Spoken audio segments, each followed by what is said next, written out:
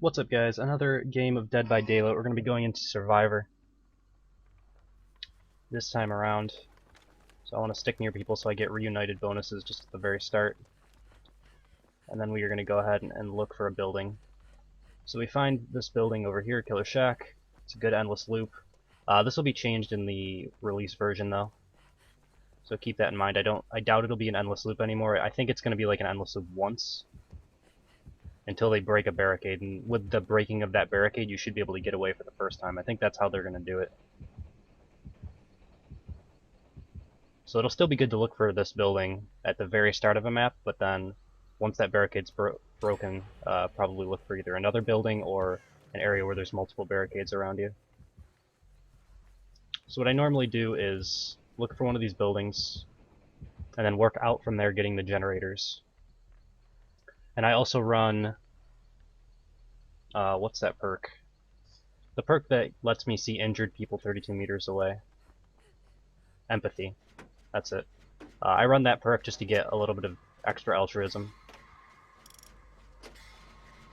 So I'm scanning, looking for the killer off in the distance. I don't see anything.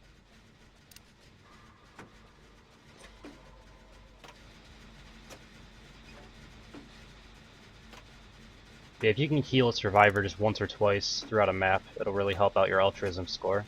The other ones are pretty easy to get. If you can get the killer to follow you through an endless loop just a little while, you'll get your boldness up quite a bit. Objectives, obviously, you just get like 2 objectives and you're set.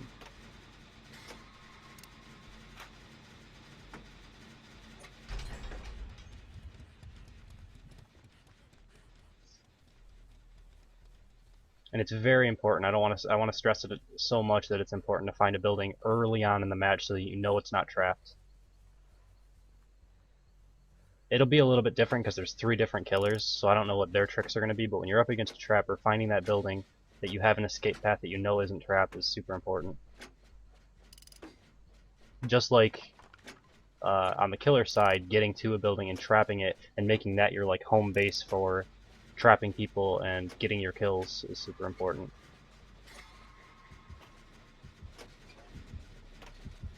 Alright, so he's on his way. I'm gonna just back off this way because I think he might be in between me and the shelter. So I'll use this pallet if I can. I saw the red light. I'm getting on this side of it. Looks like he is going in a different direction though. He probably checked this generator so he knows someone's at it because it's got those pistons firing. Yeah, he's coming back again.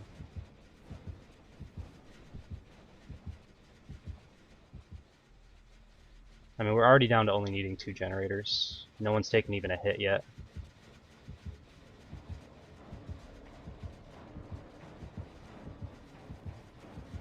Oh, he was right there. I only saw him for a second when I was panning around. Alright, we're good though. Get back on this generator. So I'll get my second generator. Oftentimes when I get all the generators around my main location, I'll purposefully make noise so that I can attract the killer to me, and then do the endless loop if he'll follow me, and let my team get the generators around the other sides of the map, and even open the doors if he wants to follow me that long.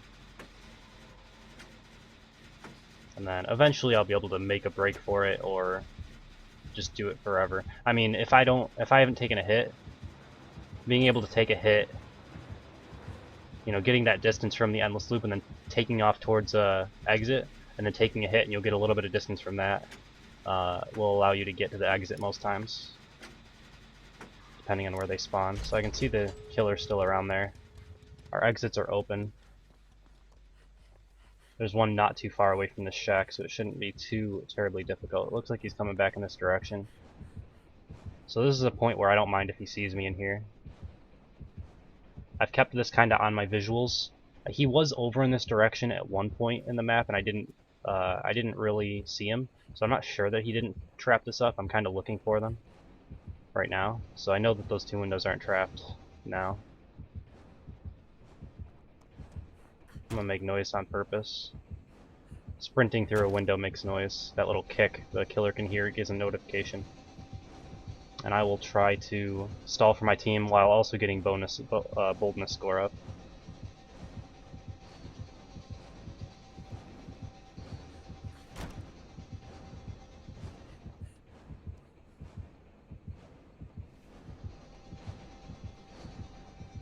So I know they changed the shack for the base game.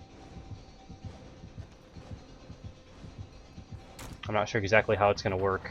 I know that they added a pallet to it, and I think they removed a window. So most likely,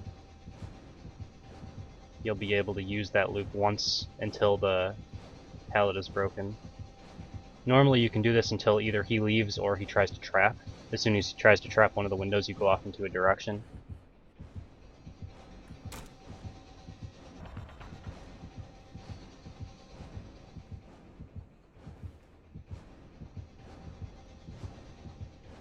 I can't believe he's still trying to do this. My team should have both exits open at this point, and they're probably just watching this right now.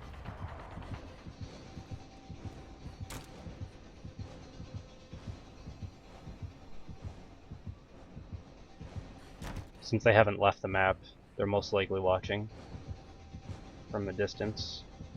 Or just standing at the exits making sure that everybody makes it out okay. That's what I usually do.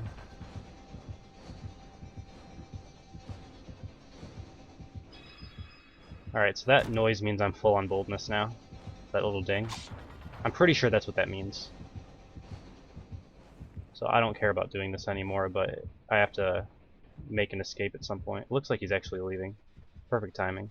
He might have also been trying to get a score for himself. It's kind of weird how that works. I mean, you don't even have to really win to rank up, you just need a high score.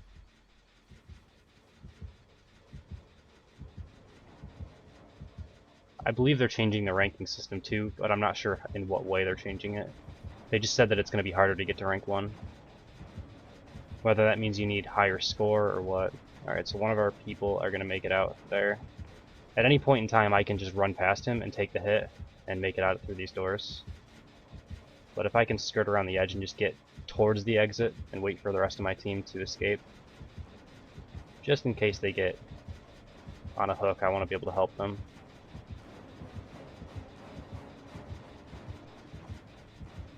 I really only saw my team right at the very start of the map.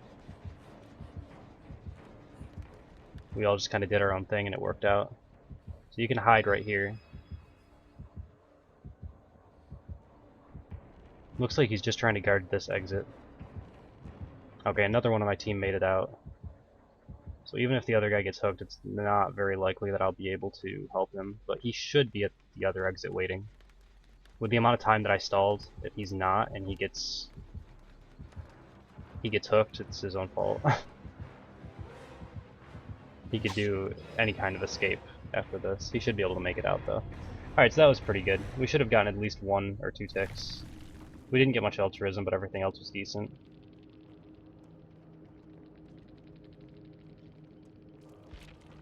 So I got 1 tick for it.